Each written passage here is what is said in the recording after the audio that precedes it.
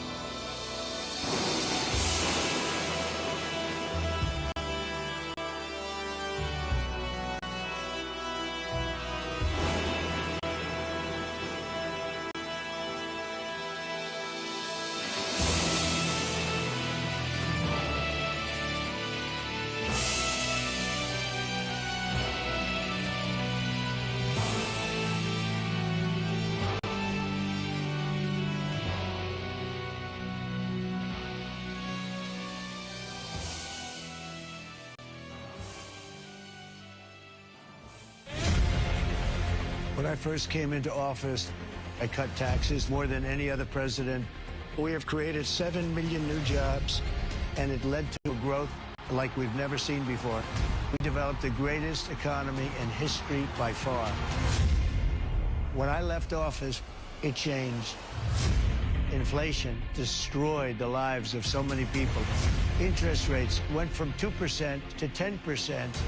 Millions of illegal immigrants, traffickers, and drugs coming into our country. Our country has gone to hell. So I made a decision to run. We're going to make America great again, greater than ever before. I will fight for you with every breath, and I will never let you down. I'm gonna fight like a G, they all don't see, and if I die, I'm gonna die free. President Trump is literally putting his life on the line, and he's willing to risk it all because he loves this country. He is strong, he is fearless, and he is what this country needs right now. Our cities will be safe, our streets will be clean, and our border will be secure. We can't allow our country to be destroyed by politicians who will put their own power ahead of the interests of the American people, our freedom, and our future. The left told me to hate Trump. When you cut through the lies, you realize the truth. American families were better when Donald Trump was president. We were safer, wealthier, and stronger. So if you love this country, if you want to stand up and fight for the future of our nation, you must re-elect Donald J. Trump.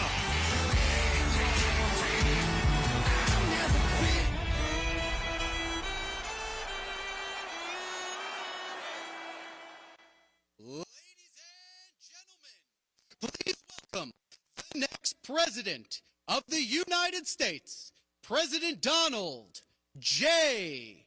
Trump. And I'm proud to be an American, where at least I know I'm free. And I won't forget the men who died, who gave that right to me. And I gladly stand up next to you and defend her still today.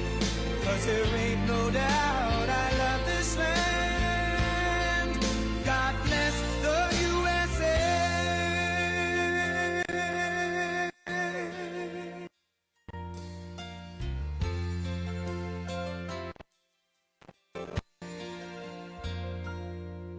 From the lakes of Minnesota to the hills of Tennessee, across the plains of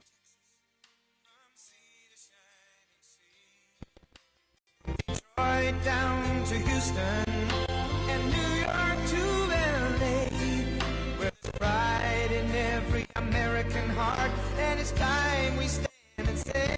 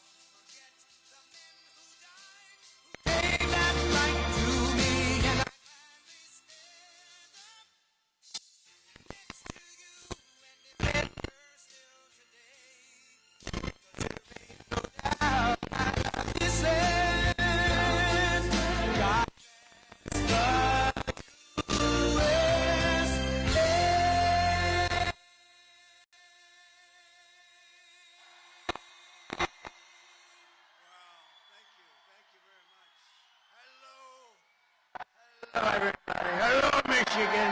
Hello.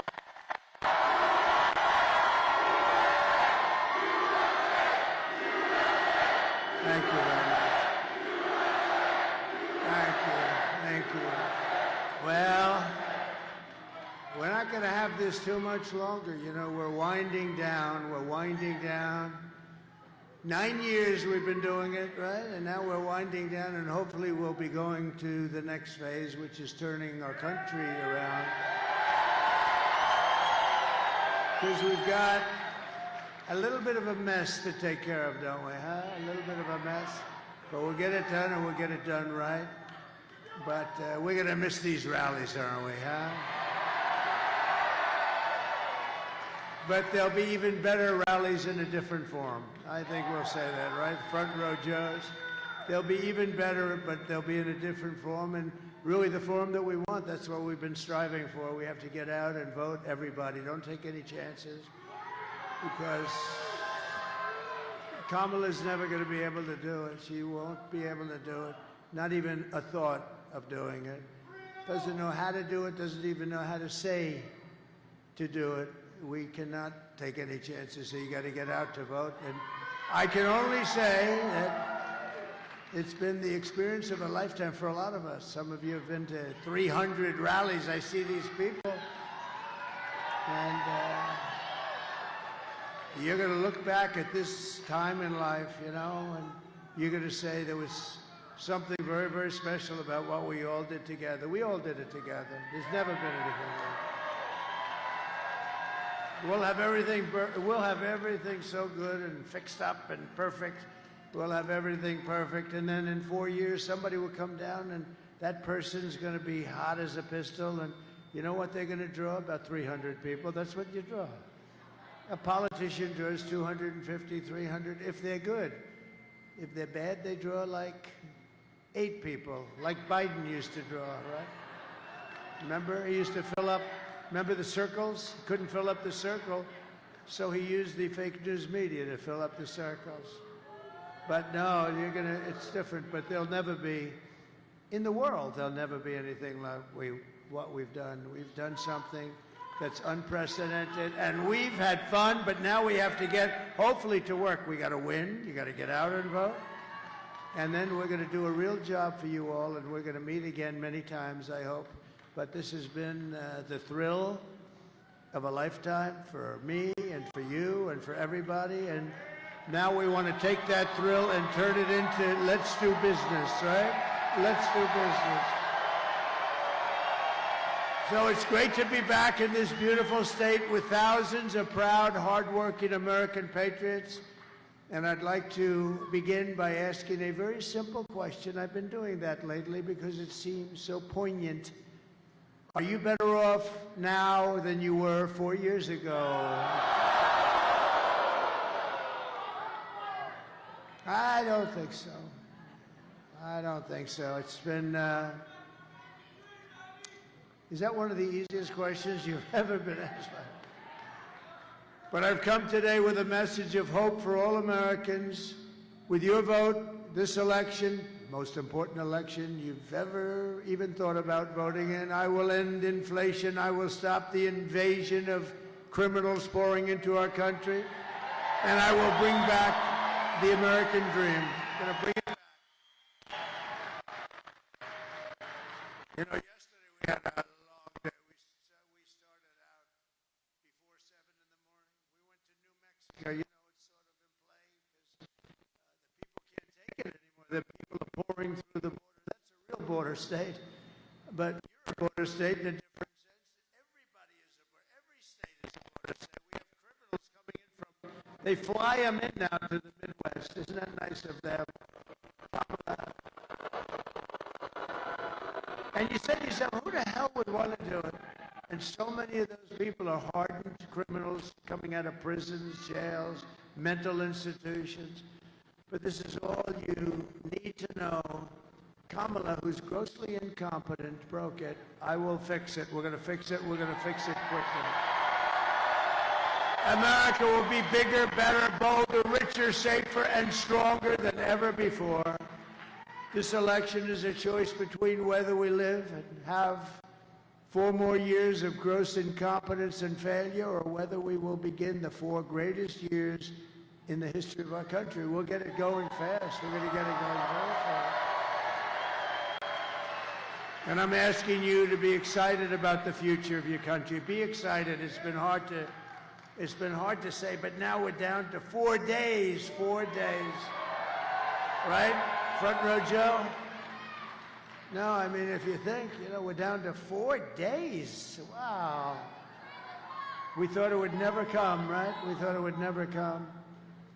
I'm asking you to dream big again. You have to dream big. It's hard for you to think of that because you've been so hurt by these incompetent fools that have been running our country. This will be America's new golden age. Every problem facing us can be solved, and it's going to be solved quickly. But now the fate of our nation is in your hands, and it really is. It's in, you got to vote. You got to vote. Don't believe the polls that were way up or we're pretty far up, but a couple of them way up. One gentleman, a great pollster, they say, he said, we have a 97% chance of winning. I said, don't believe it. Don't believe it. Don't believe it. Don't believe it. I think he's a Democrat. Because nothing matters except what happens on Tuesday when you think of it, right? All doesn't matter. So just pretend that we're 1 point down. We're not. We're up. But pretend that we're 1 point down. On Tuesday, you have to stand up and you have to tell Kamala that you've had enough. You can't take it anymore. You're the worst vice president in history. You're the worst border czar in the history of the world. We're not going to let you destroy our country. Kamala, you're fired. Get the hell out of here.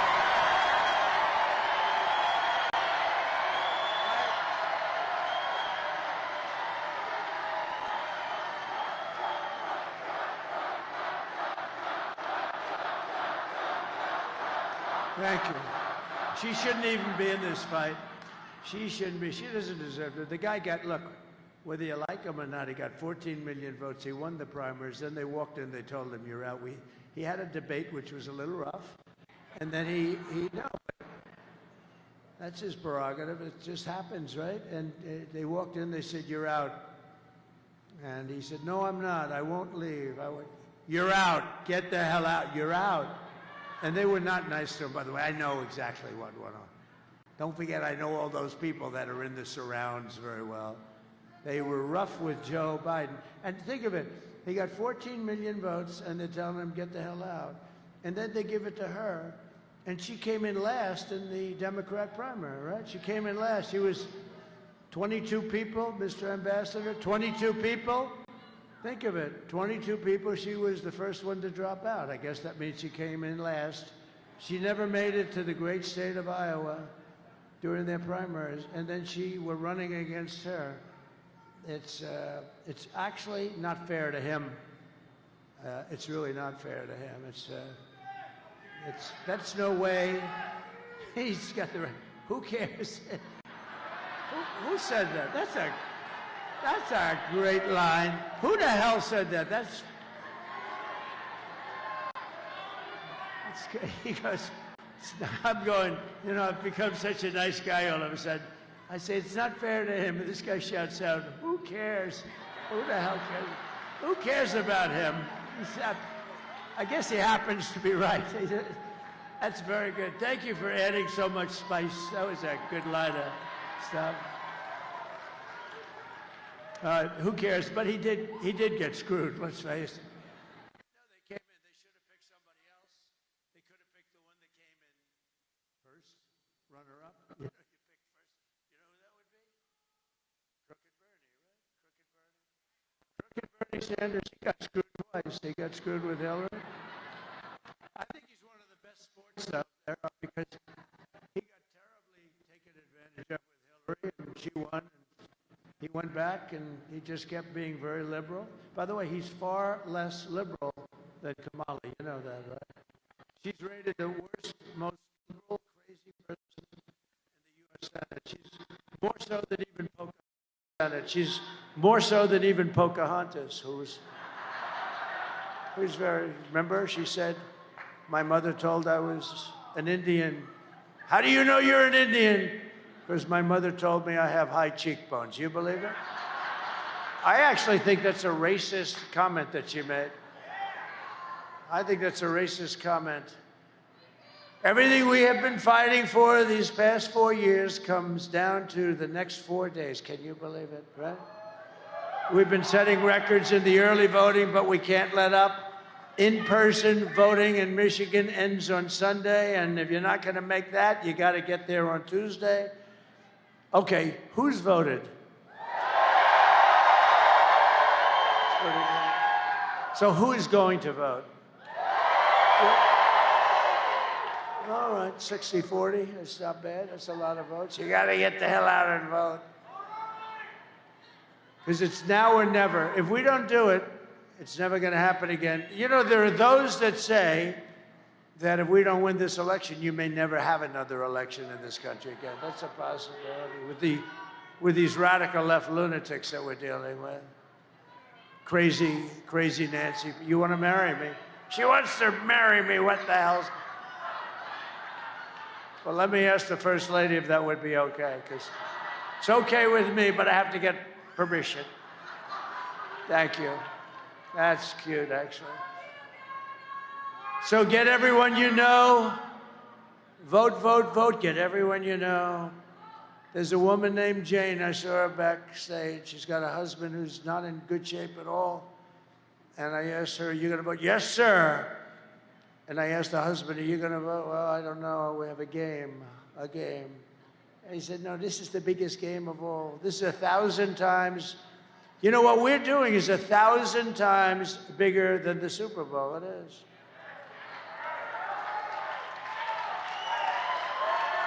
When the NFL has a problem, they had a big problem with Canada, big problem. Canada was actually taking advantage of the NFL for years, and they couldn't get it solved.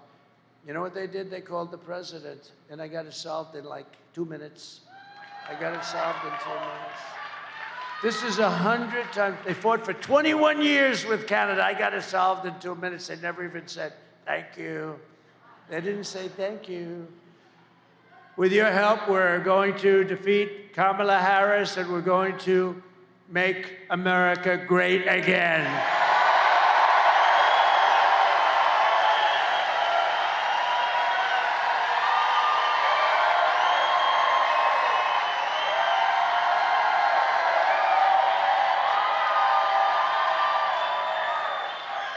I'm studying my hair. It looks not so good today. It's not a good hair day, but who cares? Not a good hair day for me. Ay, ay, ay. Oh. I don't want to look. But we have breaking news. It's actually bad news. It's only good for one thing. If you happen to be running against the stupid fools that created this news. It's bad news. Bad news for the country. It was just announced a little while ago that brand new jobs report proves decisively that Kamala Harris and Crooked Joe have driven our economy off a cliff. And if she gets 4 more years, your family is you're never gonna recover from these stupid people, because we're being taken advantage of by every country all over the world, including our allies. And in many cases, our allies are worse than our so-called enemies, okay, on trade. Nationwide, this just came out. Listen to this. You got to study these numbers, right? Does anybody have a pencil? Please take it down. Nationwide, the economy created, this is the lowest number in years, a pitiful 12,000 jobs last month. Whoa. Hundreds of thousands of jobs less than what it should be. I never heard of 12,000 jobs. That's not even believable. And when they revise it downward in a few weeks, it will be much lower than that. They'll have to revise it downward. And just think, this is not good news for them. I mean, how would you like to have an election in 4 days and you just had the worst jobs report in the history of our country, practically?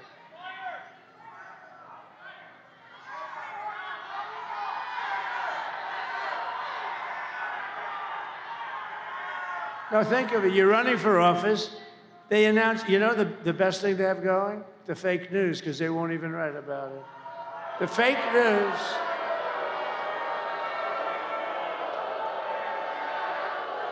The fake news won't even write about it.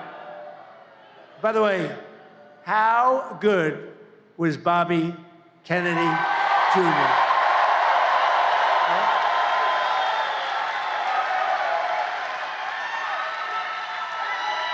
How good was he? And he's so into health and all. He's going to take care of women's health and men's health and your children's health. I said, you could do anything. You just go ahead and enjoy yourself. But just do me one favor. Leave the liquid gold alone. Let me handle that. We're going to make a fortune. We're going to make, Bobby, please leave that alone, Bobby. Just let me handle that. Oh, we're going to make so much money. But just think, a few months ago, they fraudulently claimed, do you remember this? 2 months ago, 818,000 jobs were created when, in fact, there were none. It was a fraud. There was a fraud. And people reported it to the FBI, but the FBI decided to do nothing. Are you shocked to hear that? It was a total lie, and they thought they'd be able to get away with it right through the election. But fortunately, there was a person known as a whistleblower. I know I like whistleblowers on occasion. And they were forced to admit it 3 weeks ago that they created 818,000 fraudulent jobs. They were fake jobs. And everybody said, oh, the economy's finally coming back. No, it's not coming back. They were fake jobs. If I did that They would impeach me. They would say, let's impeach him. But now they've just revised past jobs, okay, by an additional 118. Now, they just announced yesterday that they're going to have to reduce them again by 112,000 because they were fake jobs too. This administration is a big, fat con job. The whole thing is dishonest. It's all misinformation and disinformation. That's almost 1 million fake jobs that never were here. And they wanted to wait. How would you feel if you said, well, our economy's okay, and then we vote, and we have an election, and let's say they win. I can't even imagine it, but let's say they win, and then 2 days later they announced that there were 1 million jobs that were phony. How would you like that, John James? No good, right? Huh? No good. We got to do something about it. They never do anything about it. We never do. These are fraudulent people. No, but how would you like, the election's over, and we have this person that nobody ever, you hear Harris. Harris. Who the hell is Harris? Nobody even knows who the hell she is. Who the hell is she? Nobody knows who the hell she is. Harris. Ladies and gentlemen, President Harris. Who the hell is Harris? It's true. Ladies and gentlemen, Harris came in by announcing 1 million jobs more than existed. It's a fake. Like 2 days after the election, you feel down, you lost an election. And how about the other side? The other side is saying, man, they said they had a great thing going. They just announced 1 million jobs more than they had. They didn't have 1 million jobs. These are terrible people. I'm telling you, they're terrible people. But let's bring it all together. We love everybody, right? No, we don't, actually. How about her? She's always talking about, no, I want to bring the country together. Trump is Hitler. Excuse me, I shouldn't have said that. No, she's always saying, I want to go on peace, and we want to get together as a country. And, you know, the Trump people are garbage, total garbage. Oh. But we want to get together, and Trump is Hitler, and they're all racist, and they're all this, and they're all that. But we want to have peace, so we want to get along. I don't even know if she knows what the hell she's saying, but it's pathetic. So Kamala failed, economic agenda, wiped out nearly 30,000 private sector jobs just recently, and nearly 50,000 manufacturing jobs just over the last short period of time. Did you know that? You lost 50,000 manufacturing jobs. That's better with a mic. That's better. Thank you, backstage. These mic guys, I'm telling you, I'm having a lot of problems with mics lately. I'm not happy. Get yourself a new contractor, please. And don't pay the bill for this contractor. And then they'll write a story, Trump doesn't pay bills. I pay bills. You know what I do? I pay more than I'm supposed to when they can do a good job. But when they don't do a good job, don't pay your damn bill. That's my first. Man. I got to do these speeches like 3-4 times a day for 62 days almost. And then on top of it, I have a mic that doesn't work half the time. All right. Our manufacturing sector is now in very severe recession. Almost 100,000 manufacturing jobs are killed since the start of the year. Think of that. Think of that. 100,000. That's a lot of jobs, especially when you add on the fraudulent almost 1 million jobs, right? So that's 1.1 million. 150,000 Americans joined the unemployment rolls last month. You know that. You don't hear that from these fake news people because they don't report it. They don't report it. They don't report it just like they don't show how many people are in this room because they don't do it. Just like they don't show the videos. A friend of mine, you know, we do videos now. We made a little money. We bought some things for like $1 million. Can you believe it? I spent $1 million for some screens so you people could see better. Oh, think of it. Think of it. And you know the problem? I have a friend, he's watching. number of people called me. They said, we loved your rally last night. It's too bad we couldn't see the videos. What do you mean you couldn't see the videos? I said, they don't put them on. I said, of course they do, but they don't. You know why? Because they're told not to. And they're told not to show the crowd size where you go from room to room, from place to place. We never have an empty seat, and nobody leaves early. But we never have an empty, you know what? We never have an empty seat.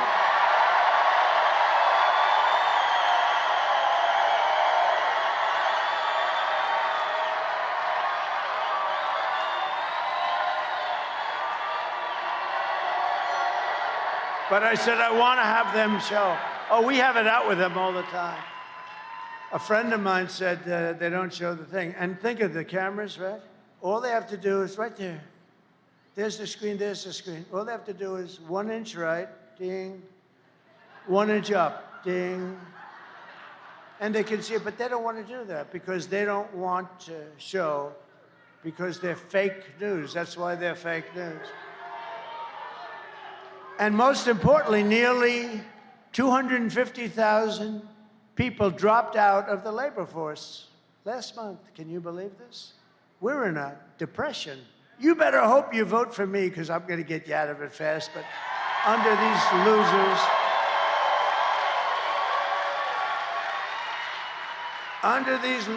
it's only going to get worse. This would only get worse. This would only get worse. You're not going to have a country left. Honestly, if you don't vote for Trump, you're not going to have a country left. Under Kamala's nation-wrecking policies, the American worker is absolutely drowning. You're drowning. You're not going to have your job very soon. And that stupid fool at United Auto Workers, that poor, stupid fool that runs the union, he said, yes, we'll go. He agreed to all electric cars. And I said they wouldn't work 5 months ago. And you know what? Now they don't work. I mean, look, all electric.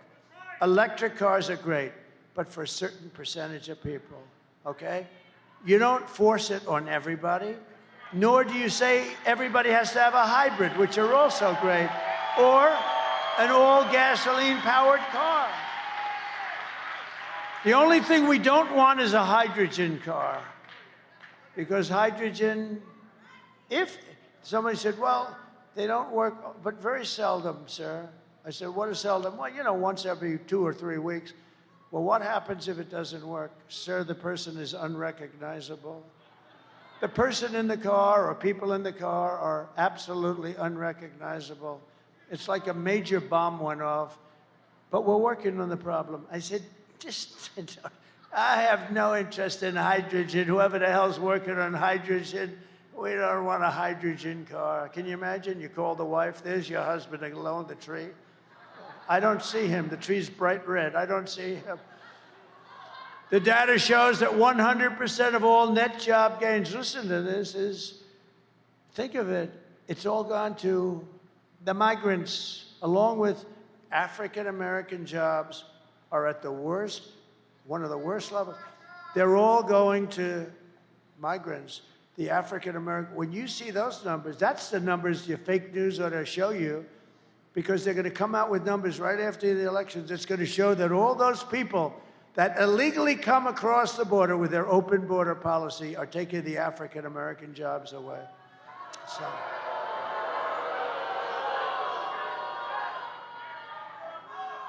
Now, can you imagine? So, you know, guys have jobs for 20 years. They've got a family. They have everything. They're doing a good job. They're good people, good workers. And their jobs are being taken away by people that just came in. And it's not right. Hispanic jobs also, to a lesser extent. Union jobs will be affected, not yet, but they will be very much so. But the African-American jobs, you ought to tell them to go get you the real numbers, because when you see this, it's going to be probably after the election. You're going to be really angry. You're going to say, you know, I wish I voted for Trump. He got me criminal justice reform. He got me the colleges, historically black colleges and universities. I took care of them. I took care of them. I took care of them. You know, every year they'd come to Washington, the heads of the guys, nice guys, a lot of nice people, actually. After 2 years, I said, why do you guys keep coming to Washington? These were the heads of the colleges, black colleges. And very important group of schools, actually, and great people that I got to really like some of them. Some of them became friends of mine. And in the third year, I said, "You're here again. Why are you here?" I never asked him the first 2 times. Because they make us come back every year for money because they have funding. And I said, "Why don't they give you a long-term deal?" He said, "They would never do it." I said, "I'm going to do it. I'm going to give you a long-term deal for more money than you're asking because you're not asking for enough." And I got him taken care of. And I said, the only bad thing about what I'm doing is I'll never see you again.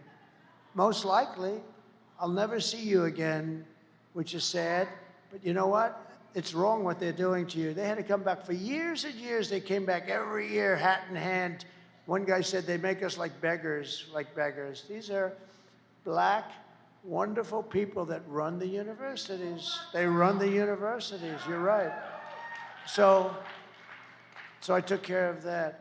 I took care of so many things. But remember, the criminal justice reform, I was called by some people at CNN that I'm the only one that can get it done because I can bring some conservative votes over.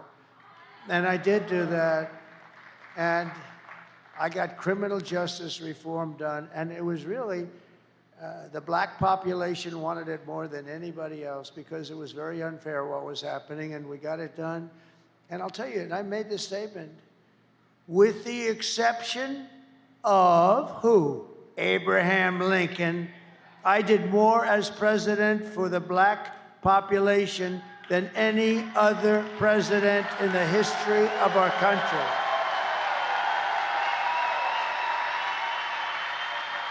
But now the migrants are going to take those jobs that you have, and you should demand before the election that you see, because you'll never vote for Kamala. You never vote for her. She doesn't know what the hell she's doing. Kamala's inflation nightmare has cost a typical American family $30,000 in higher prices, and she's continuing to cost you an additional $1,100 for every single month. That's because of what they've done with inflation. They took, I had no inflation. We had no inflation. We had no inflation. We went from essentially no inflation to the highest inflation in the history of our country. And then they say they're going to vote for these fools. They're not going to vote for these fools. Remember, I had virtually you had no problem. You were making money, you were putting money away, you had money left over, you could go out shopping, and your prices weren't quadrupled for a sausage, for a piece of lettuce, for an apple. Now the prices have gone so high. Everyone tells me about the word groceries. For groceries, cars, look at the price of cars. Look at the price of education. These schools they're going crazy with the education prices. They're going absolutely crazy. But I had no inflation. I had prices stable. We wouldn't put up with it. We would talk to people, too, if they, were ripping you off. We would talk to people. We had smart people, the best people. And now look at what happened. The inflation is eating everybody alive. It's eating especially our senior citizens. That's why I do no tax on Social Security benefits, because it gets you back to even. But now that very low IQ person who wants to be, have we ever had a low IQ president before? You have to know the opposition. You have to know President Xi. The press hates when I say it. I say very smart. If I use the word brilliant, they'll say, he said he's brilliant. No, he controls 1.4 billion people with an iron fist. No, he's not brilliant. But these are very smart people. These are brilliant people. These are people that like their country. Maybe they don't, but they run their country tough and smart. And we have nobody to compete with them. We have people that it's like your high school football team playing. What's a good team today? Let's see. What's a good team? What's a good team?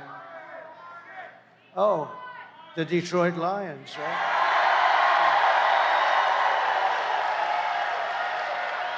I couldn't have said that 2 years ago.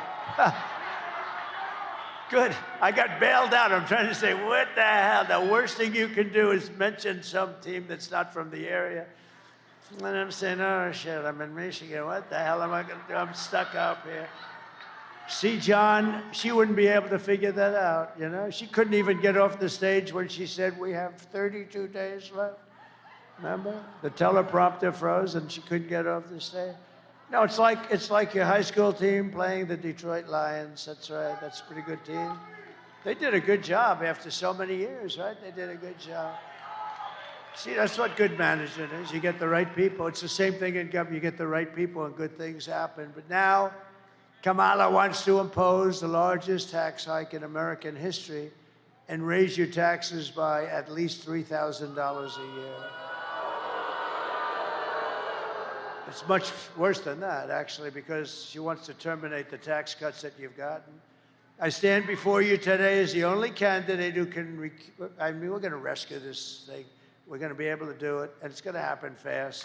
It's going to be rescued. Your prices are going down. We're going to drill, baby, drill. We're going to bring prices down.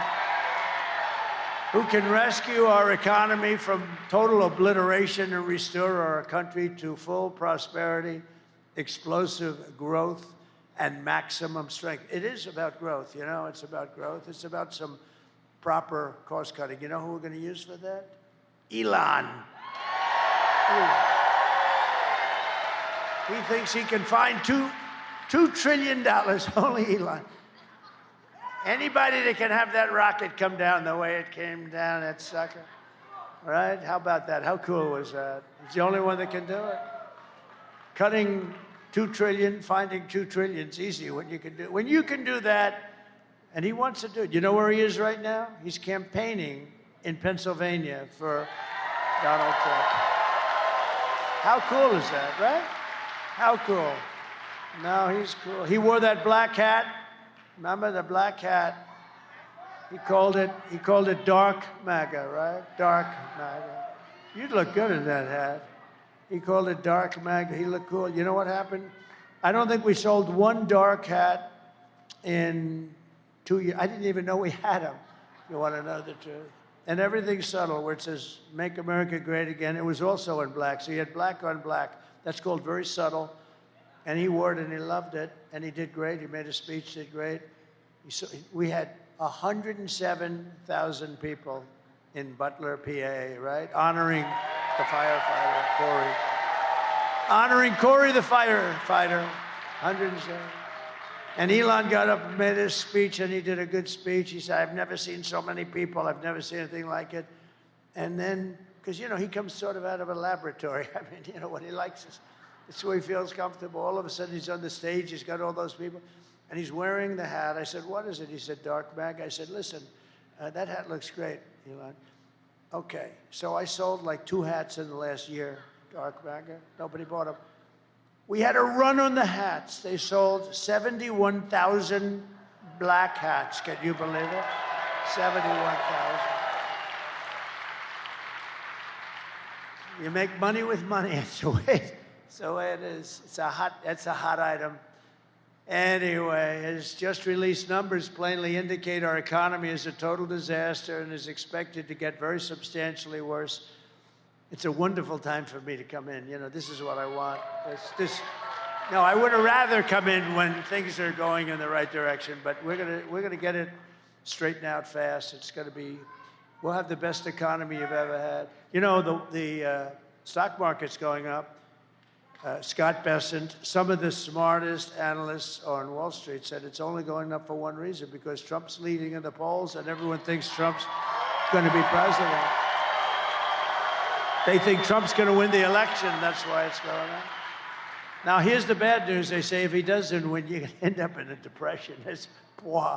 Wait till you see that. It'll be a 1929 style economic depression that will absolutely crush your incomes and all that stuff. But we're not going to talk about that, because we want to make sure we win. And when we win, you are 4 days away from the best jobs, the biggest paychecks, and the brightest economic future the world has ever seen. You're going to be great. You'll love it.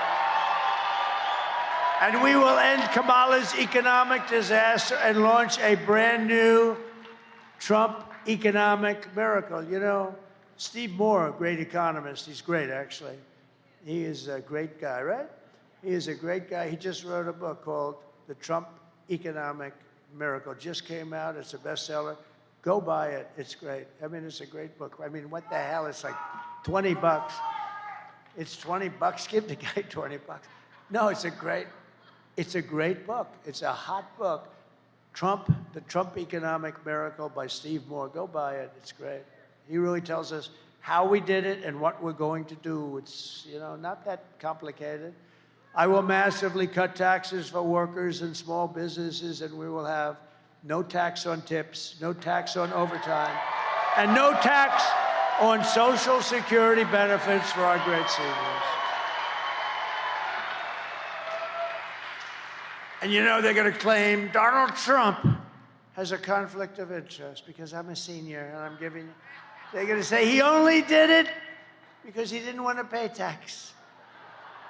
Oh, they'll come up with something. They'll say there's some reason that he did it. No, I think, you know, the fixed income seniors, which is 96%, you don't look like a senior to me, let me tell you. You look like a good senior, but I don't feel like a senior. Does anybody feel like a senior? I don't feel. I feel better now. I think I'm sharper and better now than I was 25, 30 years ago. You know, I do, I swear. I'll let you know when I don't.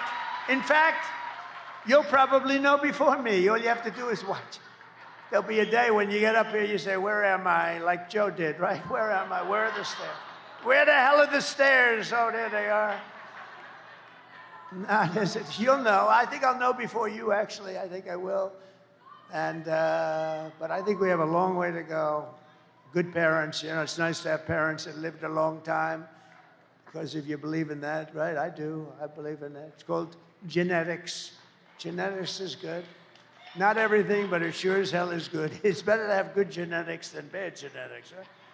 And I will support a tax credit for family caregivers who are amazing people who take care of a parent or a loved one. And you know, if we didn't have family caregivers, we wouldn't have enough hospitals. If we doubled our capacity, we wouldn't have enough. These people do so much, and we're going to get them a tax credit. To rapidly reduce inflation, I will end Kamala's war on American energy, and we will drill, baby, drill.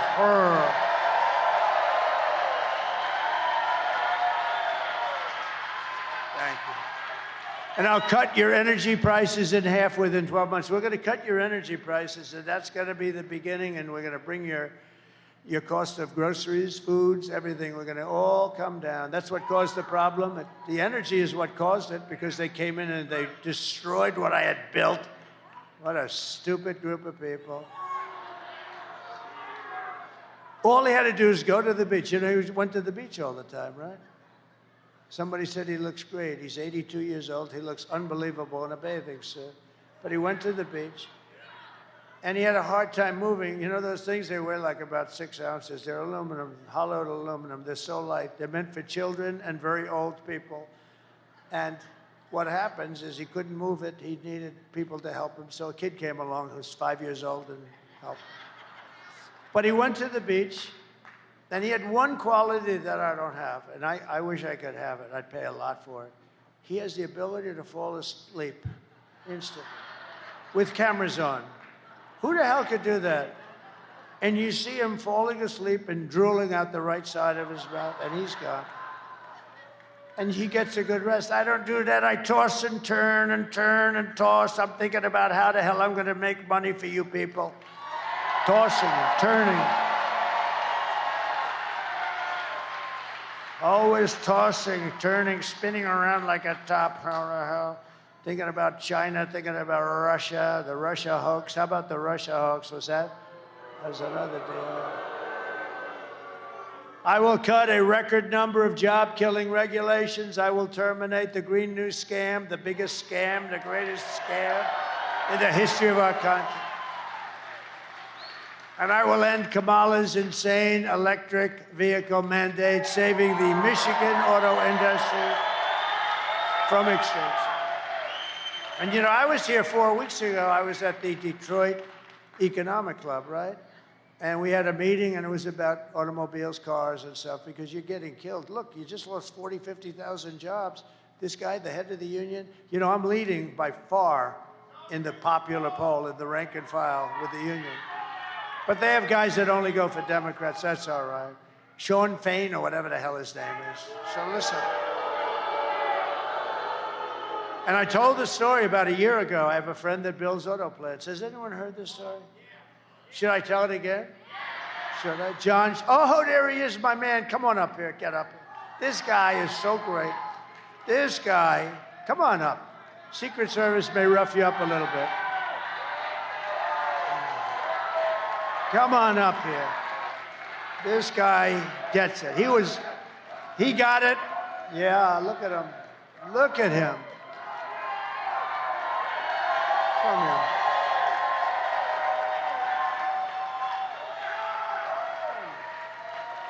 Look at the arms on him. Look at the arms. All I can say is I'm taller than him, but he has much bigger arms. Much bigger. And he's a great guy, and he loves this whole, I think he just loved Detroit. You love the area. But I've been telling you for a year and a half about this incident that I had. A friend of mine, John, he builds plants. That's all he does. He's a rich guy. He builds plants. If you told him to build an apartment, he wouldn't know how. If you told him to put down asphalt, he would. But he can build a plant like nobody. He builds all of them, most of them. And he was telling me that he's building some big plants. I said, I want to see one. Let's go.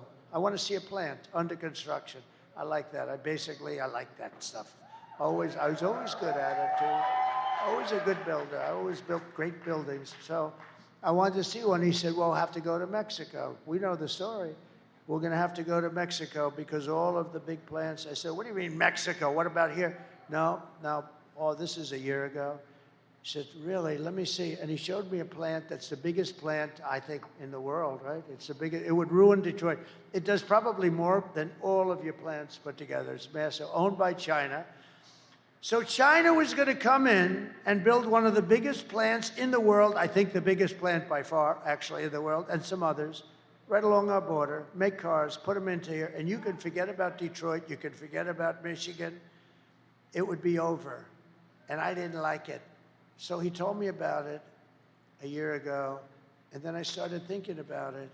And I said, you know, if they build that plant, and you know, they're decimating Europe, what they're doing, they're dumping cars in there like crazy, and it's being decimated, the auto industry, the manufacturing of car industry. So what happened is he said, no, this is the way it is, it's going to happen. I said, we're not going to let that happen, because if they build these massive plants, especially this one monster plant that's so big that you wouldn't believe it. So I announced when I was at the Detroit Economic Forum, and a little before that, that I'm going to put 100% tariffs, and if that's not high enough, I'll make it 200%. And I announced it a little before the forum, actually, and I said, no, we're going to put 100%, and maybe I'll make it 200, maybe I'll make it 300, 400, I don't give a damn. I'll make it whatever I have to make it. And that was it. I just made the announcement. I didn't make a big deal out of it. The fake news didn't pick it up because they don't want to pick it up. But I didn't want to see Detroit destroyed, and other places like South Carolina and Tennessee and a lot of other places. But your state more than any other state, without question. And so what happened is I forgot about it. Now I'm speaking, and I see this guy, John, the builder of auto plants. And I said, I'd like to see him after I speak. So I speak. I made my speech. It was a brilliant speech. Brilliant. And I saw him, and I said, John, how's that plant going that you're building in Mexico on the border? He said, sir, they've canceled that plant last week. They're not going to build it. Because they think you're going to win, and they think you're going to put tariffs on the cars, and therefore they're not going to be able to bring any cars into the United States. And they said, if Trump wins, this thing is not going to work at all. So, but I'll tell you what, that plant will go up so fast if there's a mishap. Here's the good news. There's only one way there can be a mishap, and you know what that way is. And I hope to hell that doesn't happen. I hope to hell that doesn't happen again. So I'm just proud of this guy because he's been on my... I didn't know who the hell he is. I didn't know who he was. All I know is he has very good, strong arms. I'm impressed by his arms. He's a strong guy, but he was a good guy and a smart guy. And he was against the electric cars because he said they're going to be made in China. You know, you're going to get 2 good years, and after that, nobody's going to work. Did you see 37,000 auto jobs were cut this month? 37,000. I got more news for you. Well, you can tell them, okay? You tell them. So here's the story. They're not building the plant. We're going to build those plants here. Thanks to President Trump. Thank you, sir. Okay, guys, listen. President Trump is telling you the truth about when we met, and it was a year and a half or so ago, and he asked me questions. He said, how does your industry like these EV mandates? And I said, sir, they don't like them. Nobody wants to buy those. You know, we're not only auto workers, we're consumers too, right? We don't want to drive those things. How do you pull a trailer with 4 snowmobiles on it up to Traverse City when it's 5 degrees below zero in an EV? You can't do it. But Kamala Harris thinks she knows better than the experts in Detroit. She wants no more combustion engines, internal combustion engines, produced by 2035 because she's smarter than the engineers at General Motors, right? So President Trump gets it. Every time we met, we started talking backstage, and he would ask me questions. I'd give him feedback. We'd talk back and forth, and it became kind of a regular thing. So I got in the habit of coming up here and kind of giving him updates on how things are going in the auto industry. I was holding a rally every week outside of a different auto plant in the Detroit area with a lot of these guys behind me. And we were talking to auto workers all summer long for 4 or 5 months. And I would ask them, I'd do my own poll. What's it like inside? Are they voting for Trump? How's our support? I'd say, do we have majority in there? They'd say, majority? You got 65 or 70%. We're not voting for Joe Biden and then Kamala Harris. So don't believe anything you read in the newspaper. Don't believe anything you see Sean Fain talking about. The auto workers, UAW members, are voting for Donald Trump for president. Okay. That's the good news. That's the good news. But now I got some bad news for you, and this is going to really tick you off and motivate you to get your friends out to vote. Yesterday, Ford Motor Company sent out notices to all their workers at the Dearborn Ford pickup truck, the Lightning, 100% electric vehicle. They laid everybody off till next year. All right? So those people, through the holidays, Thanksgiving, Christmas, New Year's, are unemployed. We don't know when they're coming back, but it won't be at least until next year. So I don't know if you saw that news. Now I got some other news that the people in the back there don't like to talk about, but I'm going to pass it on. Now this is big news. Because I've been getting called up on stage and I talk to President Trump on a regular basis, 3 vice presidents at Stellantis reached out to me through a friend of mine who's very tied in with the auto industry, and they wanted to give President Trump some bad news about what Stellantis has planned for next year. But they would only do it on the condition of 100% complete anonymity, because they would be fired and lose their jobs if it came out that they had leaked this information because they had signed non-disclosure agreements. Now, these are not people on the assembly line. These are not high-low drivers like I was. The one gentleman that, the lead of these 3, is a vice president of manufacturing. Now, he recently retired, but they told me, and they sent me all the data and information to back it up, and I've gotten it to the proper people that can vet it, check it out, corroborate it, and make sure it's all legit and accurate. But they told me that the expansions, quote-unquote expansions to the plants in Mexico that Stellantis is currently working on to handle additional capacity, those are going to be the only capacity when they get up and running, because they're going to move all their American production south of the border to Mexico. Now remember, Stellantis is not an American company. You know, Chrysler's been used and abused like a stepchild. They were bought by Mercedes. They were bought by Fiat. Now they're owned by a French company. So they don't care about you. They don't care about our jobs. You've heard all the speakers up here today. Every job in the Detroit area relies on the auto industry. But a French company that owns Chrysler is about to send all the Chrysler production to Mexico.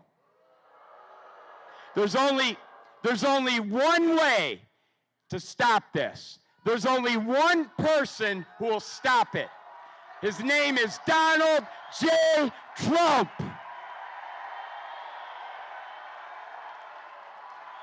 So I'm asking you, when you leave here today, you got 2 days, Saturday and Sunday, to get every single person in your contact list out to vote. Not Tuesday. Get them to vote tomorrow and Sunday. Okay? Tell them, do not wait till Tuesday. They got to do it over the weekend. One phone call and they'll know where they got to go. But you got to get them out. And then when they vote, then they can get everybody on their contact list out to vote. We got to make it too big to rig. Let's elect Donald J. Trump, the 47th President of the United States.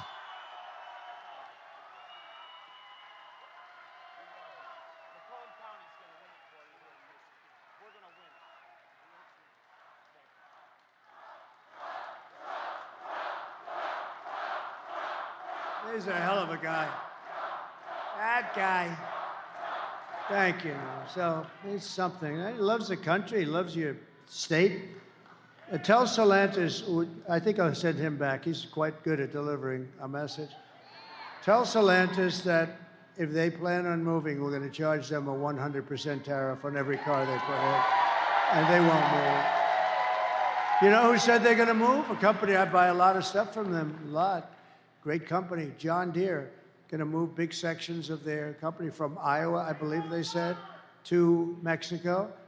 And I told them, and I did it in writing, I said that if you do it, beware, because I'm going to charge you about 100% tariff on everything you make to put back. So if you're going to move from Iowa, and if you're going to move from Iowa to Mexico, and then you think you're going to make it in Mexico and sell it over here and sell it at that cost, not going to happen.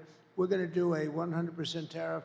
They announced, I believe, that they're no longer making the move, didn't they? I think that's what I heard. Somebody told me the other day that they announced that they're not making the move. Why would they make the move? It'll cost them much more to make the product over there when we do this. In other words, we're going to use that. Look, the most beautiful word in the dictionary to me is tariff. I think it's the most beautiful word. It's going to make our country rich.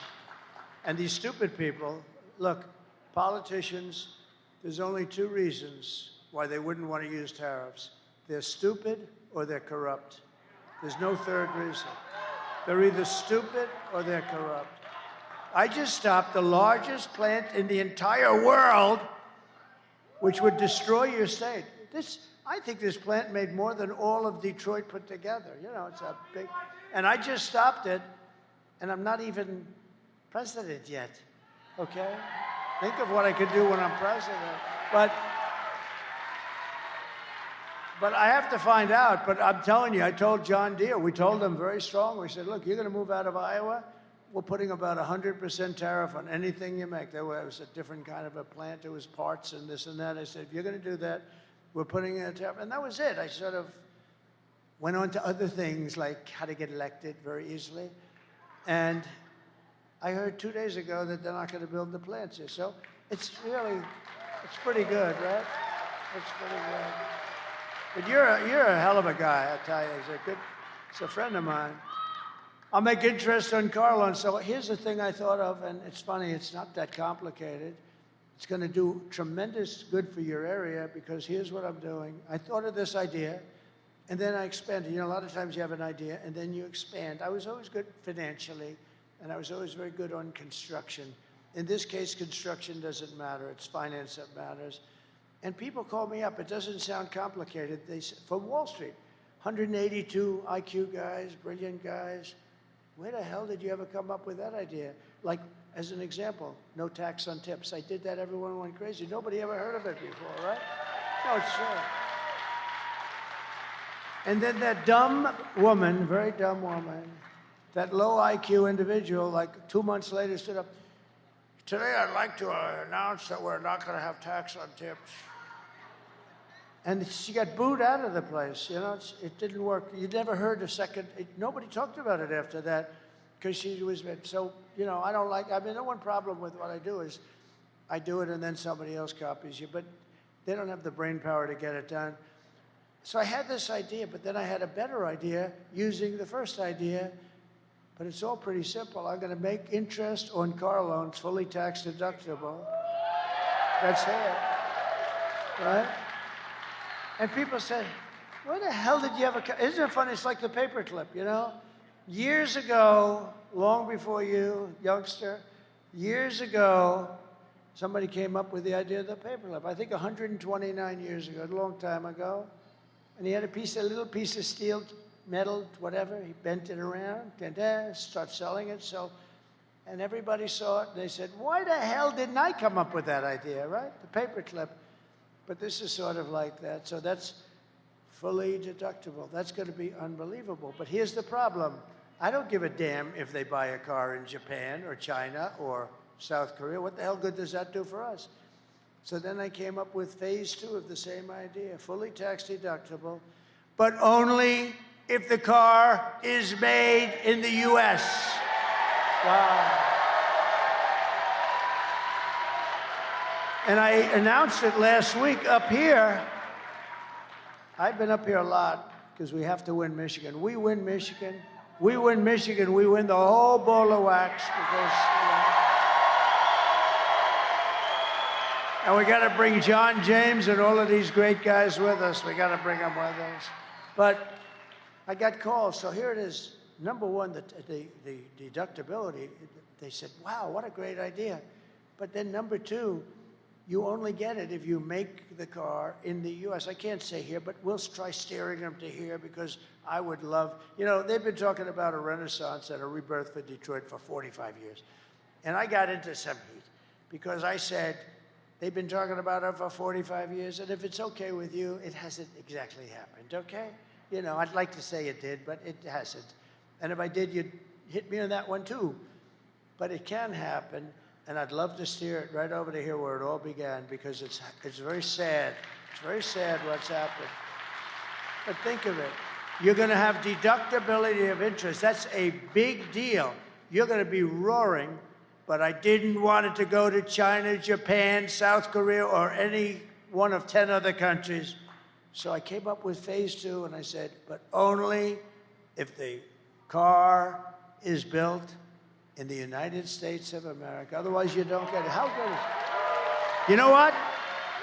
That in itself will spur, I mean, you will be spurred onward to bring back millions of jobs. We will give our companies the lowest taxes, the lowest energy costs, the lowest regulatory burdens, and free access to the best and biggest market on the planet. Remember this, you're not going to have a best and biggest market soon. Your market's getting evaporated by incompetent people that are leading it. One guy who has to go to bed at 4 o'clock in the evening, and another woman who's actually not nearly as smart as he is. Would you believe this? But only for those who make their product the same thing. This is on a bigger scale than the autos. You can build your plant here, and we love you. But if you don't build your plant here, you don't get the tariff, you don't get the tax cut, you don't get it. You have to build your plant. And these guys at Wall Street that are very brilliant guys, they call me up, there's, who the hell gave you these ideas? And yet, you know, it's just like, I always say it's like the paperclip. People don't think about it, but think of the idea that deductibility, that's gonna make it great. Vote for Trump and you will see a mass exodus of manufacturing jobs from Mexico to Michigan, from Shanghai to Sterling Heights, and from Beijing to Detroit. Finally, Detroit will benefit, right? And it's easy. And you know what her economic plan is?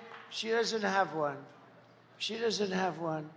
She wants to tax companies. You know what happens when you tax them? They leave. A lot of these big companies, you know, they're run by they live in Switzerland. They have very glamorous lives. They have the life that I could have had if I decided not to do this, actually.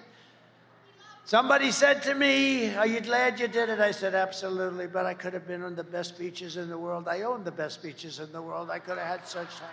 I could have been at the Great Turnberry in Scotland. I could have been anywhere I wanted to be. I could have had those waves smacking me in the face. I could have said, that white, beautiful white skin that I have would be nice and tan. I got the whitest skin because I never have time to go out in the sun, but I have that beautiful white, and you know what? It could have been beautiful, tan, beautiful. But you know what? If I had the choice, I wouldn't even think about it. I would do exactly what I've done because we're going to make America great again. We're going to make America great again, greater than ever before. It's true. We're going to pass the Trump Reciprocal Trade Act also. That was very simple. Reciprocal trade, meaning if China or any other country, I don't want to pick on China because the European Union is almost as bad as China. They don't accept your cars. They don't accept your farm products, but they send their farm products here and they send their cars here by the millions and millions. So if China or any other country charges 100 or 200% tax, then we will charge them 100 or 200% tax in return. It's called an eye for an eye, and it'll all stop. I will never apologize for defending America. I will protect our workers. I will protect our jobs. I will protect our borders. I will protect our families. And I will protect the birthright of our children to live in the richest and most powerful nation on the face of the earth again. And as we rescue our economy, I will also restore our borders because I think it's your biggest problem. I think, you know, inflation is terrible. It's a country buster. The economy is horrible. You saw the numbers, and I hope the fake news is going to write those numbers. There's a lot of fake news back there, but I hope you'll be lucky if one guy writes it. It'll be the local Detroit newspaper or something. They don't write those numbers because they want to try and get her elected. Why? I don't know. That's the biggest thing I can't understand. Why the hell would you want her? She's horrible. But over the past 4 years, Kamala has orchestrated the most egregious betrayal that any leader in American history has ever inflicted upon its people. She has violated her oath and eradicated our sovereign border, totally eradicated our border, and unleashed an army of gangs and criminal migrants from prisons and jails, insane asylums and mental institutions from all over the world, from Venezuela to the Congo in Africa. Congo, a lot of people coming in from the Congo. And you know where they live in the Congo? In jails. They're emptying their jails into this country. But they're doing it all over the world, in Asia, in the Middle East, and in South America. Venezuela's released big portions of their jails into the United States. And I'm surprised they haven't done more yet. They will. It's going to all come in. You'll have 100%. But I would have done it faster than them. I would have done it if I were them. Why would I keep these prisoners for 60 years? The killers and murderers and drug dealers and everything else. They've released them all into the United States. And you know what? Their crime has gone down by 72%. They've gotten their crime. They've gone into their cities, Caracas and cities, and they've taken the gangs and they've removed their gangs and they've put them into your country. Can you imagine? And this woman and this guy, but she was in charge of the border. Remember, she was in charge of the border. He put her in charge of the border. She is the border czar. She doesn't want to say that because it's been so bad. And by the way, the Border Patrol endorsed me a few days ago with the strongest endorsement they've ever done. They actually said, I'm the greatest president in the history of our country. I said, are you talking about the border? They said, no, the border too. You're the best we ever had in the border, but you're the best president in the history of our country. And then I said, does that include Abraham Lincoln, George Washington? Does that include everybody? How about Lincoln, Washington? You know, we had some pretty good ones. We had some pretty bad ones too. A couple of that we just had. Here's the good thing. Jimmy Carter's just turned 100. He's going to be a happy man. He's so thrilled because his administration looks totally brilliant compared to the Biden-Kamala administration. So Jimmy is a happy man today. He's led a brilliant administration by comparison. Today I want to hear, and I want you to hear from a mother just made 2 days ago who suffered gravely because her daughter was killed by an illegal migrant that would have never come in under the Trump policy. And she said that would have never come in. We have open borders. These killers are coming in at levels that nobody's ever seen. Please watch. Sunday night, I asked her to not stay up super late because of her coming to work with me in the morning first to do her summer school. She said, okay. I told her good night and I love you.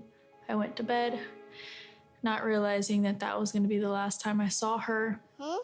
We're best friends. Yeah. We're going to shake it again. I woke up to notice she wasn't in her bed. I'm in my heart trying not to lose my mind because I don't know where she is. I finally remembered her phone had a location on, and her phone was pinging just 2 minutes down the road, right behind the skate park. I start driving to the direction the phone was being pinged at, and I see a couple cop cars with lights on. I see yellow tape, and immediately my heart drops and sinks to the bottom of my stomach. My daughter's hands and ankles were both bound. She was strangled to death, left with no pants. And I know in my heart, she fought incredibly hard. She was not going down without a fight.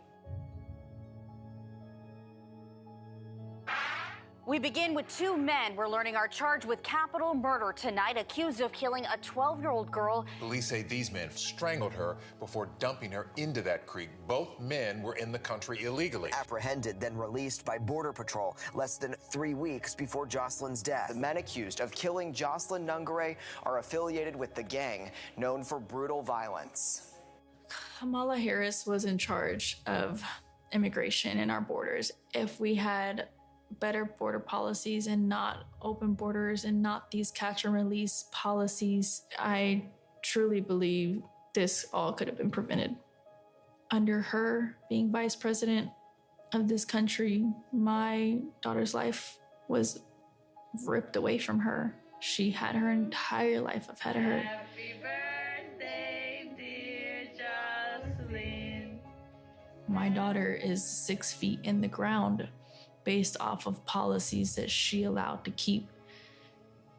Kamala Harris did have one job, and she not only failed, not me, she failed my daughter. She failed Jocelyn. You know, she was only 12. President Trump reached out, gave me his sincerest condolences as not a former president, but just as a father, someone who cares. I believe Donald Trump needs to be back in office. I can at least know that my next child will be safe in this country.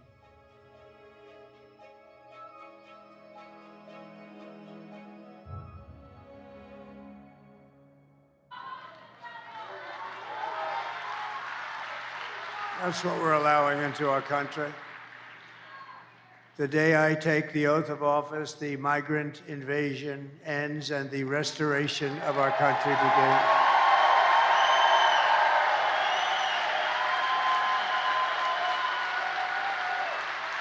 And the savages charged with brutalizing and murdering precious Jocelyn are members of the same vicious Venezuelan prison gang, Tren de Aragua, that is taking over apartment complexes and unleashing a violent killing spree all over America.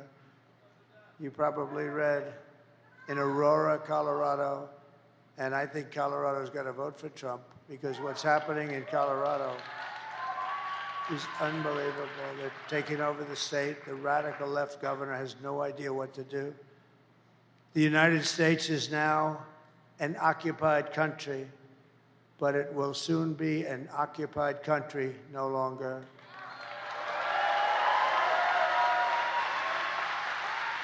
November 5th, 2024, Election Day, will be Liberation Day in America. It'll be Liberation Day, 4 days. On day one, I will launch the largest deportation program in American history.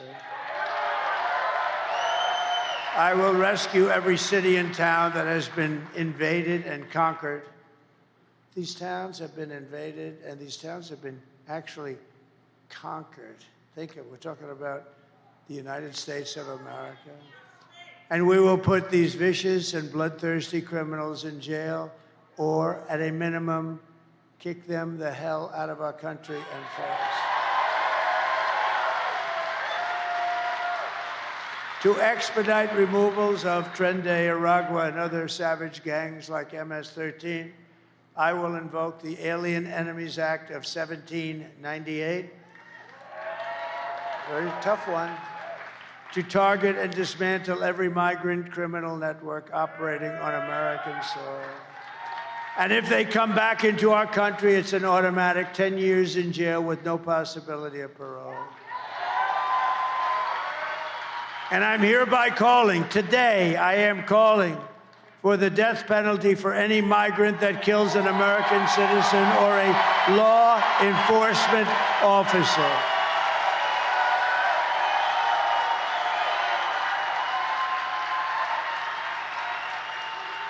And I will immediately ban all sanctuary cities in the United States of America. They're sanctuaries for criminals.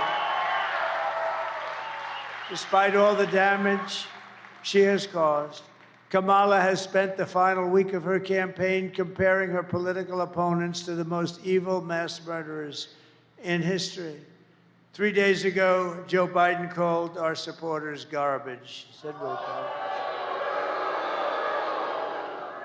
Said we were garbage. It's not nice, is it? Not nice, Joe. It was so bad that the White House stenographer was ordered to change the transcript.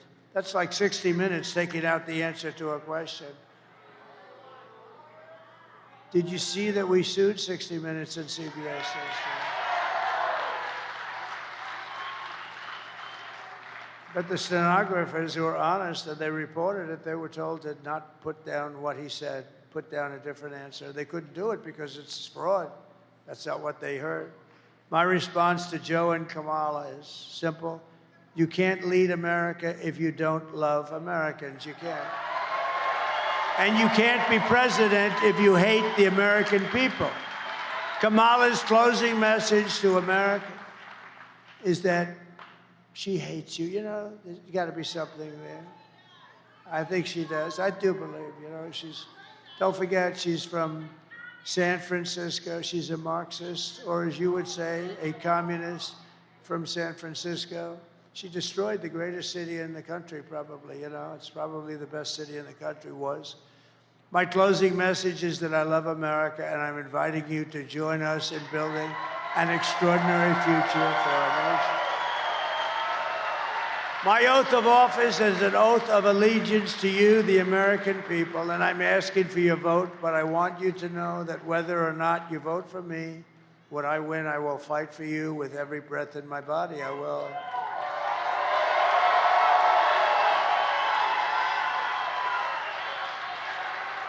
What we have built is the biggest, broadest, most incredible coalition and the greatest political movement in American history. MAGA, it's the best movement, the biggest movement in the history of our country. I told Joe, I said, Joe, it means make America great again. It's okay, Joe. We're seeing historic levels of support among blacks, Hispanics, and Asians, Jews, Catholics, evangelicals, and Mormons. They're all joining our cause in larger numbers than ever before. And now the most amazing thing is happening. We're also winning overwhelming support from your Muslim community right here in Michigan. Muslim and Arab right here in Michigan. That's something. That's progress. And I just came from an incredible meeting with the Lebanese community in Dearborn. Last week, I was honored to be endorsed by a group of some of the most important imams and Muslim leaders in your state. And I'm also grateful to the mayors of Dearborn Heights. Bill Brazzi, Bill Brazzi, where's Bill? Hello, Bill. Thank you very much for being here. Thank you. And the mayor of Hamtramck, Dr. Amir Galeb. Thank you very much, Mr. Mayor. They're great people. Many Muslim and Arab Americans are friends and family living in the Middle East, and Kamala's campaigning with warmongers like Liz Cheney. How do you think that is? They want to get the Arab American vote. They want to get the Muslim votes. So she picks Liz Cheney, whose father virtually destroyed the Middle East, right? I don't think it's working out too well.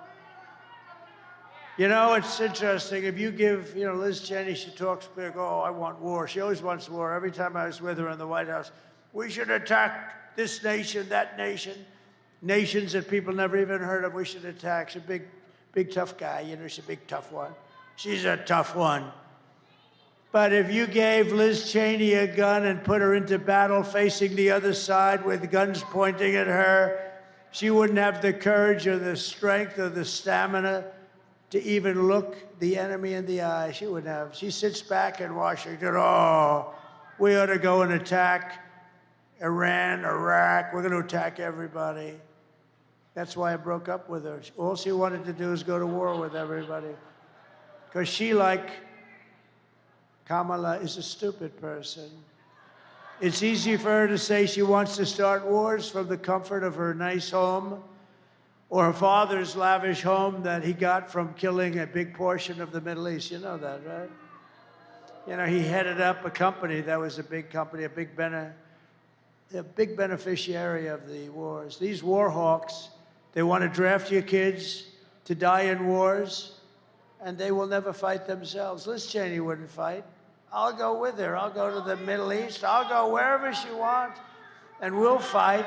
She doesn't have the guts to fight. She's all talk and no action. She lost her seat for Congress from a great state. I love that state. I won that state by like 50 points or some crazy number. And she lost to a very good woman who ran against her, Harriet. How good is Harriet? So Liz Cheney lost by almost 40 points. It's the biggest defeat in the history of the United States Congress. No other congressperson lost by that much. She lost by almost 40 points. Never seen anything like it. If Kamala wins, only death and destruction await because she is the candidate of endless wars. I am the candidate of peace. I am peace. People don't believe that. I am peace.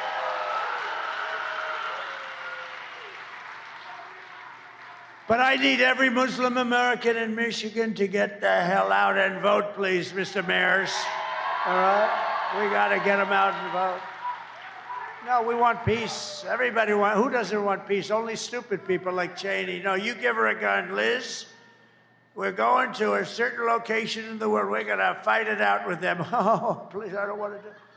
But when she's there and there's no consequences, we should go to war with them. Her and that idiot John Bolton, who was so stupid. But I loved him. You know why? He'd come into a room with me, would never say anything, and I'd be with foreign leaders, and I didn't even have to act tough because they said, look, that moron, John Bolton, he's crazy. He's the one with Dick Cheney got Bush to go into the Middle East, right? Trump is going to go to war with us. And you know what would happen? They'd give me everything I wanted because the guy's a nut job. Kamala Harris's campaign is in total free fall. You see that. The press hates to admit it. I guess they want to hold it. Well, I don't want to be too cute with these statements. I want to be a little careful because you got to still get out and vote. But if you get out and vote, we're going to win this thing in records that nobody's ever seen before. You got to get out. Harry, get up and vote. You're coming with me, Harry. Get the hell out of that sofa, Harry. But I'm watching the game. Get out, Harry. Let's go. We're going to vote for the president. And he votes. And you know what? Harry will feel much better. He's going to feel much better. Because everyone can see that she's totally unqualified to be the president of the United States. And she is.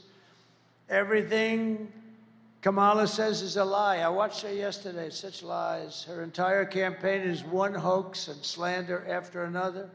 But the more they lie, the more they smear, and the more they tell untruths. We have to go out and we have to get to vote. No, she'll say everything. Trump will never frack. Oh, really? Trump will never drill. Oh, really? I'll drill the first day we're going to start drilling. Going to make our country rich.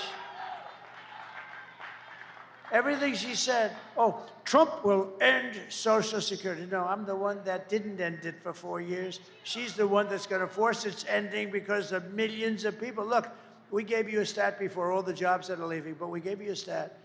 And what did that stat say? It said that all of our jobs are being taken by the migrants that come into our country illegally. And many of those migrants happen to be criminals.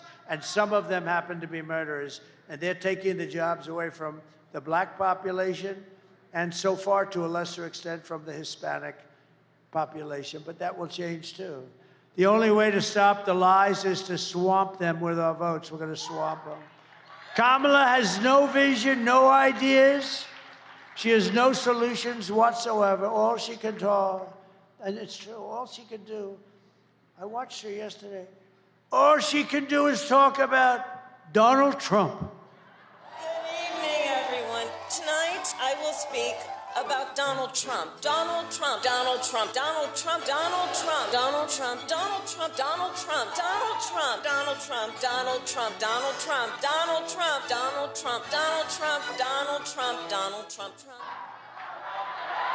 That was yesterday. I'm watching it. I'm saying, oh.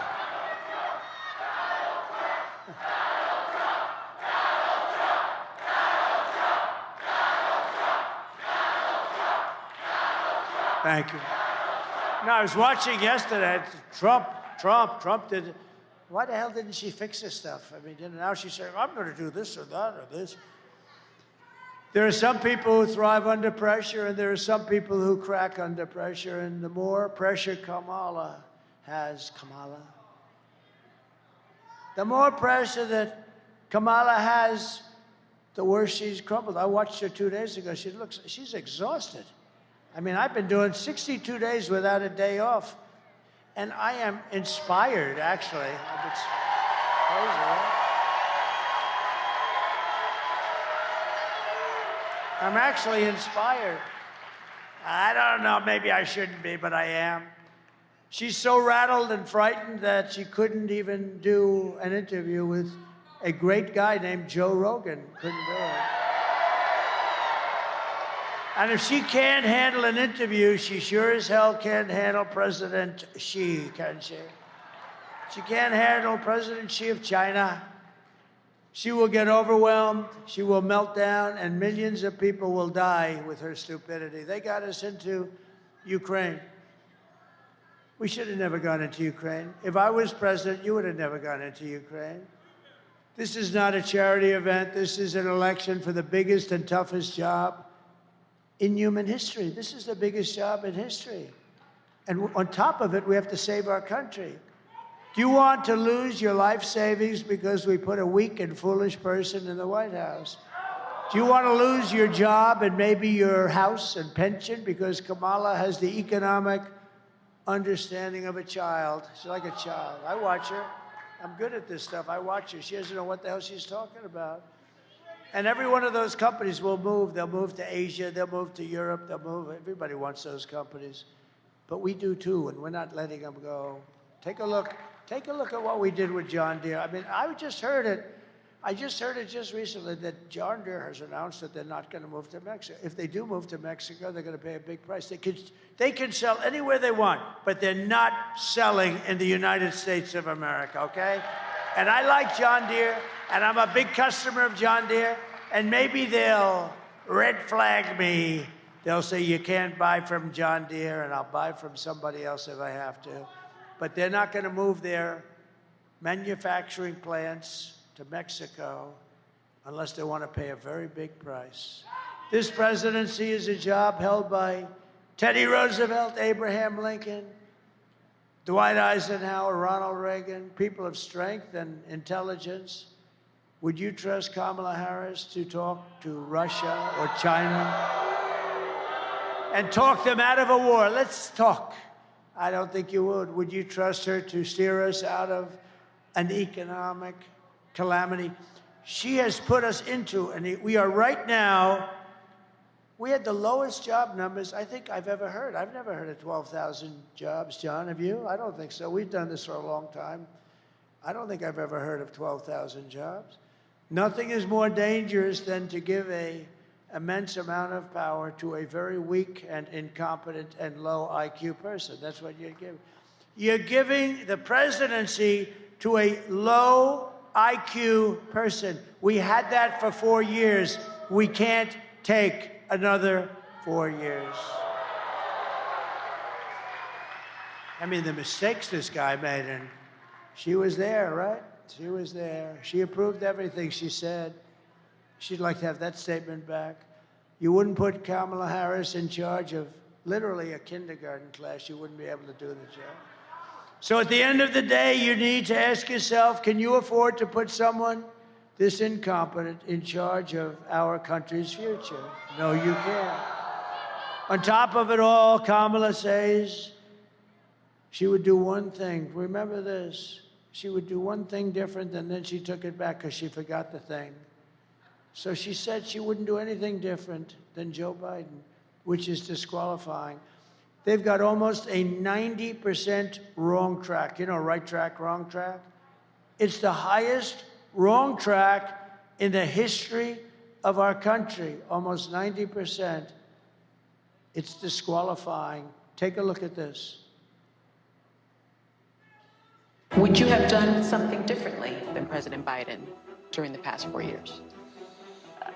There is not a thing that comes to mind. I stood there on the tarmac watching you check your watch. The chaotic and deadly U.S. evacuation from Afghanistan stunned Americans and the world and cost the lives of 13 U.S. soldiers. Would you have done something differently? There is not a thing that comes to mind. More than 13,000 illegal immigrants convicted of murder have been caught at the border and then released into the United States. An Afghan national is in custody today after being accused of plotting an election day terrorist attack. The suspect entered the U.S. on a special immigrant visa. Gut-wrenching new details in the murder of Georgia nursing student Laken Riley. The illegal immigrant suspect, who cops say committed the heinous murder, is a Venezuelan national who crossed the unsecured southern border back in 2022. 2 men investigators say are in the country illegally from Venezuela are charged with capital murder in the death of Jocelyn Nungaray. A fifth illegal immigrant accused of attacking 2 New York City police officers over the weekend showed no remorse or regret. Would you have done something differently? There is not a thing that comes to mind. Only 18% say the economy is in excellent or good condition. US inflation has hit a new 40-year high, increasing by 9.1% over the financial year. Authorities saying Train de Aragua, which has been linked with more than 100 criminal investigations here in the U.S., has now been found operating its criminal enterprise in apartment complexes. Were you the last person in the room? Yes.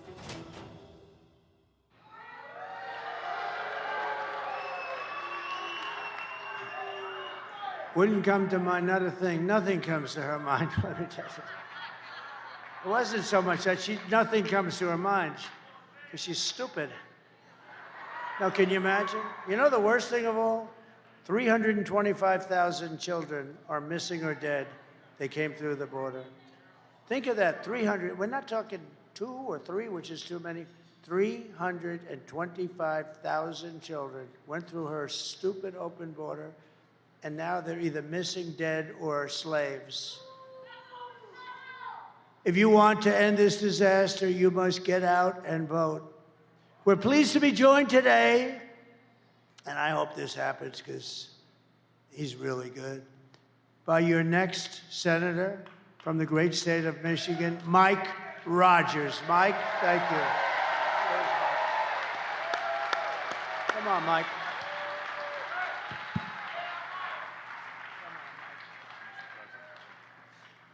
Well, thank you, Mr. President, for a couple of things. First of all, standing up for manufacturing in Michigan. That's exciting. You cannot be a great country if you can't build things. Donald J. Trump understands that for our state and our nation. For that, I thank you. I tell you, the biggest endorsement, we should be able to drop the mic and be done. Tells you everything you need to know. As the president said, he got Customs or the Border Patrol Agents Association endorsement. Kamala Harris got the IRS agents endorsement. Do we need to say any more than that? And I just want to say a quick thing. Thank you, Mr. President, and I look forward to working with you to close this border. I met with a group, and they're called Fentanyl Fathers, and it's parents who have lost children to fentanyl poisoning. 3,000 of our Michigan citizens died last year because of fentanyl poisoning that came across our southern border. I look forward to not only closing the border, but putting those cartels on the terrorist list and make sure that they are held accountable for the deaths that they're bringing to our communities. And we're also going to hold accountable China for the precursors that they're sending there on purpose to kill our children in Michigan and around the country. We can do it. But the only way that we're going to do that is having Donald J. Trump reelected as the 47th President of the United States of America. So I'm going to extend an invitation to you, Mr. President, right here, right now. We're going to both win because we're going to get out and work as hard as we can the next few days. And we're going to take a couple of those plastic fold-up chairs, and we're going to sit outside of the Majority Leader's office in the Senate. I'm buying the popcorn, and we're going to watch Chuck Schumer schlep out of that office and down the hall so that we can make America great again. Thank you for what you're doing. Thank you for your energy, Mr. President.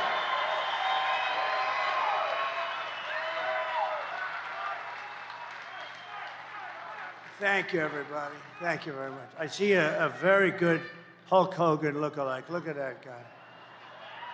The only thing I thought is Hulk's about 6 inches taller, maybe 7, 8, maybe not. Thank you. You look good. You look damn good anyway. But I know Hulk. He's that tall son of a gun. How good was Hulk the other night, right? Wasn't he, right? I also want to thank Senators Eric Schmidt and Mark Wayne Mullen, two of the great senators of our country. They're here someplace, and I want to thank them very much. Thank you. Two great senators and brave people. Congressman John James, a friend of mine for a long time, and he's doing a great job. Great job, Joe. And you're doing well. Lisa McClain. Lisa, look at Lisa. These are warriors. These are great people. Thank you, Lisa. Thank you. You look great. John Molinar. John. Hi, John. Good. Thank you, John. Tim Wahlberg. Thank you, Tim. Good job, Tim. They're great people. They fight hard. They love your state. They love, I'll tell you, they love this country. And Robert F. Kennedy Jr. Oh, he's so good. He's so good. He's so good. Thank you, Bobby. And a man who I implored, I said, Pete, you got to do it. You got to be Michigan GOP chairman. And he was very, very successful, as you know, politically. He was a great congressman. Everything he did was successful. And he was sort of like me. He didn't need this. And he said, I'll do it. Pete Hoekstra, head of the GOP, chairman. Thank you. Great. We're doing okay? We're going to pull it off 4 days. Going to win? He said you're going to win. If he says you're going to win, that's the good news. He knows how to win, I can tell you that. Mayor of Riverview, Andrew Swift. Thank you, Andrew. Thank you, Andrew. Mayor of Garden City, Mark Jacobs. Thank you, Mark. Got all the big mayors here today. Township Supervisor, Grosse Ile, James Budney. Thank you very much. Thank you. Mayor of Southgate, Joseph Cuspa, and City Council President Zoe Cuspa. A little relationship there, I guess. President of the Michigan Police Officers Association, James Tiganelli, and he was so nice. He gave me a big award the other day. We have the endorsement of every single police group. And Brian Pennybecker, you met before, and Brian, I want to thank you. Brian Pennybecker. He's been so incredible. And Dr. Masad Boulos, I want to just thank you very much. You've worked so brilliantly with everybody. And my friend Steve Witkoff, who's a great developer and an amazing guy. Thank you, Steve. Here are the facts, just in closing. Kamala is a radical left Marxist, rated even worse than crazy Bernie Sanders and Pocahontas herself. She destroyed our economy. She was an original creator of the Defund the Police movement. And anybody who wants to defund the police for even 1 week is not worthy of being president of the United States.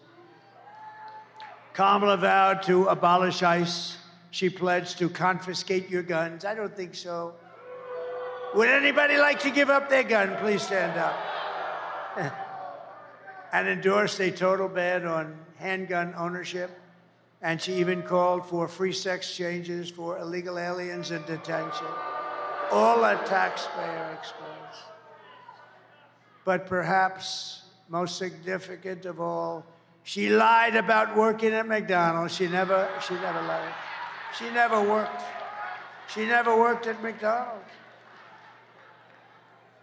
With your vote this November, we are going to fire Kamala and we are going to save America.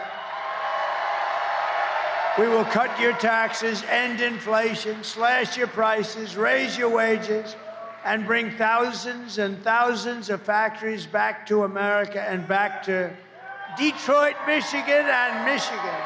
Thank you. We will build American, we will buy American, and we will hire American. I will end the war in Ukraine. Would have never started if I was president. I will stop the chaos in the Middle East. Would have never happened October 7th. And I will prevent World War III from happening. We will crush violent crime and give our police the support, protection, resources, and respect that they so dearly deserve. We will strengthen and modernize our military. We will build a missile defense shield, the biggest in the world, all over our country, made in the USA, much of it made in Michigan.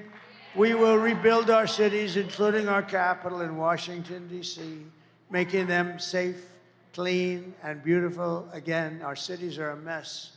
They're a mess, a crime-ridden mess. We will teach our children to love our country, to honor our history, and to always respect our great American flag. And I'm going to put a bill in. If you burn the American flag, you get 1 year in jail. Just happened a few weeks ago in Washington. They're burning American flags all over the place. We will get critical race theory and transgender insanity the hell out of our schools. And we will keep men out of women's sports. I will defend religious liberty. I will restore free speech, and I will defend the right to keep and bear arms, our Second Amendment, which is under siege. After years of building up foreign nations, defending foreign borders, and protecting foreign lands, we're finally going to build up our country, defend our borders, and protect our citizens and our lands.